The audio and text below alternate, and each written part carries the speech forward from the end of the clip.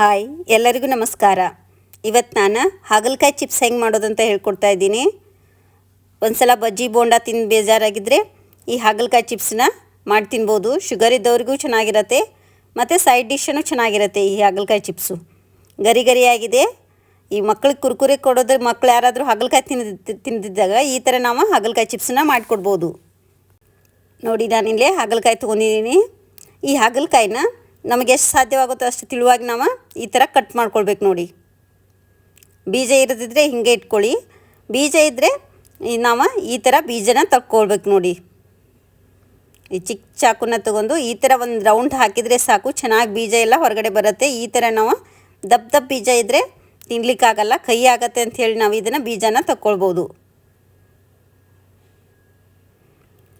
ನೋಡಿ, ಈಗ ಇದನ್ನು ನಾನು ಚಿಕ್ಕದಾಗಿ ಈ ಥರ ಎಷ್ಟು ಸಾಧ್ಯವಾಗುತ್ತೋ ಅಷ್ಟು, ಅಥವಾ ಬಟಾಟಿ ಕಟ್ ಮಾಡ್ಕೊಳ್ಬೇಕು, ಅಥವಾ ಬಟಾಟಿ ಚಿಪ್ಸ್ ಇದರಲ್ಲಿ ನಾವು ಇದನ್ನು ಈ ಥರ ಸ್ಲೈಸನ್ನು ಕಟ್ ಮಾಡ್ಕೊಳ್ಬೋದು. ಈಗ ಇದು ರೆಡಿಯಾಗಿದೆ.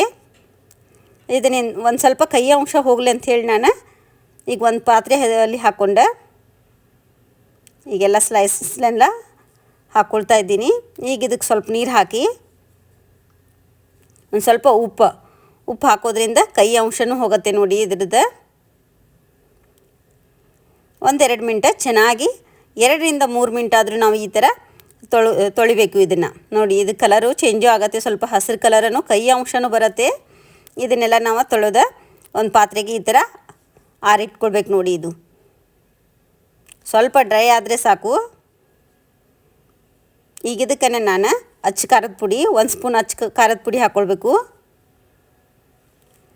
ಮತ್ತು ಒಂದು ಅರ್ಧ ಸ್ಪೂನ್ ಅರಿಶಿನ ಪೌಡರು, ಮತ್ತು ರುಚಿಗೆ ತಕ್ಕಷ್ಟು ಉಪ್ಪು. ಇದಕ್ಕೆ ನಾನು ಒಂದು ಅರ್ಧ ಸ್ಪೂನ್ ಚಾಟ್ ಮಸಾಲ ತೊಗೊಂಡಿದ್ದೀನಿ. ಚಾಟ್ ಮಸಾಲ ಹಾಕೋದ್ರಿಂದ ರುಚಿ ಹೆಚ್ಚಾಗತ್ತೆ. ಮತ್ತು 1 ಸ್ಪೂನು ಕಾರ್ನ್ಫ್ಲೋರು, ಮತ್ತು 1 ಸ್ಪೂನ್ ಅಕ್ಕಿ ಹಿಟ್ಟು, 1 ಸ್ಪೂನು ಮೈದಾ ಹಿಟ್ಟು. ಸೇಮ್ ನಾವು ಯಾವುದು ಸ್ಪೂನ್ಲಿ ಹಾಕೊಂಡಿದ್ದೀನಿ ಅದೇ ಸ್ಪೂನನ್ನೇ ನೀವು ಮನೆಯಲ್ಲಿರುತ್ತೆ ಅದೇ ಅಳತೆಯಲ್ಲಿ ಹಾಕ್ಕೊಳ್ಳಿ. ಮತ್ತು ಅರ್ಧ ಲಿಂಬೆಹಣ್ಣು ಹಾಕೊಂಡು ಇದನ್ನು ನಾವು ಚೆನ್ನಾಗಿ ಮಿಕ್ಸ್ ಮಾಡ್ಕೊಳ್ಬೇಕು. ಈ ಹಾಗಲಕಾಯಿ ಚಿಪ್ಸ್ ಹಾಗಲಕಾಯಲ್ಲೇ ನೀರಿನ ಅಂಶ ಇರುತ್ತೆ, ಮತ್ತು ಇಲ್ಲಿ ಸ್ವಲ್ಪ ಲಿಂಬೆಹಣ್ಣು ಹಾಕೊಂಡಿದ್ದೀವಿ ಅಂತ ಹೇಳಿ ನಾವು ಈ ಥರ ನಾವು ಮಿಕ್ಸ್ ಮಾಡ್ಕೊಳ್ಬೇಕು. ನೋಡಿ, ಈ ಚಾಟ್ ಮಸಾಲ ರುಚಿ ಚೆನ್ನಾಗಿರುತ್ತೆ.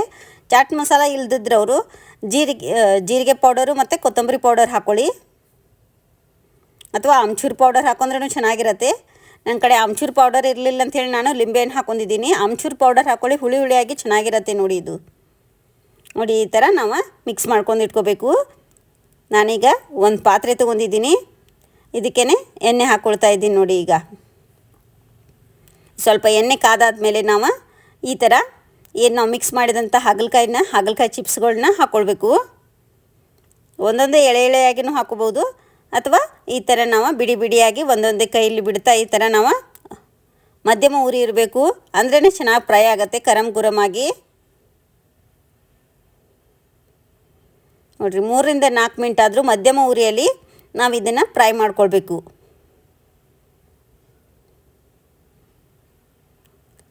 ಇದು ಚೆನ್ನಾಗಿರುತ್ತೆ. ಮಕ್ಕಳು ಹಾಗಲಕಾಯಿ ಯಾರು ತಿನ್ನಲ್ಲಲ್ವ, ಅಥವಾ ಅವರಿಗೆ ಈ ಥರ ನಾವು ಹಾಗಲಕಾಯಿ ಚಿಪ್ಸ್ ಮಾಡಿಕೊಡ್ಬೋದು. ಶುಗರ್ ಇದ್ದವರಿಗೂ ಈ ಥರ ನಾವು ಹಾಗಲಕಾಯಿನ ಫ್ರೈ ಮಾಡಿಕೊಟ್ರು ತಿಂತಾರೆ. ಮತ್ತು ನಾವು ಯೂಸ್ ಮಾಡ್ಕೋಬೋದು, ಆರೋಗ್ಯಕರ ಹಾಗಲಕಾಯಿ ಚಿಪ್ಸ್ ಇದು. ಒಂದ್ಸಲ ನೀವು ಟ್ರೈ ಮಾಡಿ ನೋಡಿ, ಒಂದು ಲೈಕ್ ಕೊಡಿ. ನೋಡಿ, ರುಚಿಯಾದ ಹಾಗಲಕಾಯಿ ಚಿಪ್ಸ್ ರೆಡಿಯಾಗಿದೆ. ಇದು ಇನ್ನೂ ಕುರಮ್ ಆಗೋ ಥರ ನಾವು ಫ್ರೈ ಮಾಡ್ಕೊಳ್ಬೇಕು. ನೋಡಿ, ಈ ಥರ ಕಲರ್ ಚೇಂಜೂ ಆಗಿದೆ, ಚೆನ್ನಾಗಿ ಗರಿಯಾಗಿಯೂ ಬಂದಿದೆ. ಈಗ ಒಂದು ತಟ್ಟೆಗೆ ನಾನು ಸರ್ವ್ ಮಾಡ್ಕೊಳ್ತಾ ಇದ್ದೀನಿ. ಸಂಜೆ ಚಹಾ ಜೊತೆಗೆ ಅದು ಚೆನ್ನಾಗಿರುತ್ತೆ ಹಾಗಲಕಾಯಿ ಚಿಪ್ಸು. ಬಿಸ್ಕೆಟು ಬಟ್ರ್ ಬದಲಿ ನಾವು ಈ ಥರ ಹೆಲ್ದಿಯಾದ ಆರೋಗ್ಯಕರವಾದ ಹಾಗಲಕಾಯಿ ಚಿಪ್ಸನ್ನು ಮಾಡಿ ತಿನ್ಬೋದು.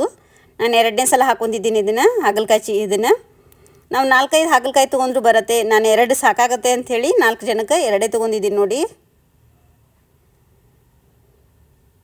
ಈ ಹಾಗಲಕಾಯಿ ಪಲ್ಯ ಮಾಡಿ ಬೇಜಾರಾಗಿದ್ದರೆ ಈ ಥರ ನಾವು ಇದನ್ನು ಮಾಡ್ಕೊಳ್ಬೋದು. ಒಂದಿಷ್ಟು ಕರಿಬೇವಿನ ಎಲೆನೂ ಹಾಕ್ಕೊಂಡಿದ್ದೀನಿ. ಕರಿಬೇವು ಎಲೆ ಹಾಕೋದ್ರಿಂದ ರುಚಿನೂ ಚೆನ್ನಾಗಿರುತ್ತೆ. ನೋಡಿ, ನಾನೀಗ ಇದನ್ನು ಸರ್ವ್ ಮಾಡಿ ತೋರಿಸ್ತೀನಿ. ನೋಡಿ, ಬಿಸಿ ಚಹಾ ಜೊತೆಗೆ ಹಾಗಲಕಾಯಿ ಚಿಪ್ಸ್ ರೆಡಿ. ಈಗ ಇದನ್ನು ಈ ಥರ ನಾವು ಒಂದು ಬಟ್ಟಲಿಗೆ ಹಾಕಿಕೊಟ್ರೆ ಮಕ್ಕಳು ಅಭ್ಯಾಸ ಮಾಡ್ಕೊತ ತಿನ್ಬೋದು. ಅಥವಾ ಸಂಜೆ ಈವ್ನಿಂಗ್ ಚಹಾ ಜೊತೆಗೆ, ನಮಗೂ ಚಹಾ ಜೊತೆಗೆ ಏನಾದ್ರು ಬೇಕಾದರೆ ಈ ಥರ ನಾವು ಹಾಗಲಕಾಯಿ ಚಿಪ್ಸನ್ನ ಮಾಡೇ ತಿನ್ಬೋದು ನೋಡಿ. ಯಾರಾದರೂ ಗೆಸ್ಟ್ ಬಂದರೆ ವಿಶೇಷವಾಗಿರುತ್ತೆ. ಇದ್ರ ಮೇಲ್ಗಡೆ ಸ್ವಲ್ಪ ಕರಿಬೇವು ಉದಿಸಿದ್ರೆ ಹಾಗಲಕಾಯಿ ಚಿಪ್ಸ್ ರೆಡಿ. ಲೈಕ್ ಮಾಡಿ, ಶೇರ್ ಮಾಡಿ, ಸಬ್ಸ್ಕ್ರೈಬ್ ಮಾಡ್ಕೊಳ್ಳಿ. ನೀವು ಒಂದು ಸಲ ಟ್ರೈ ಮಾಡಿ ನೋಡಿ. ಹೆಂಗೆ ಬಂದಿದೆ ಅಂತ ಕಮೆಂಟ್ ಮುಖಾಂತರ ತಿಳಿಸಿ. Thank you.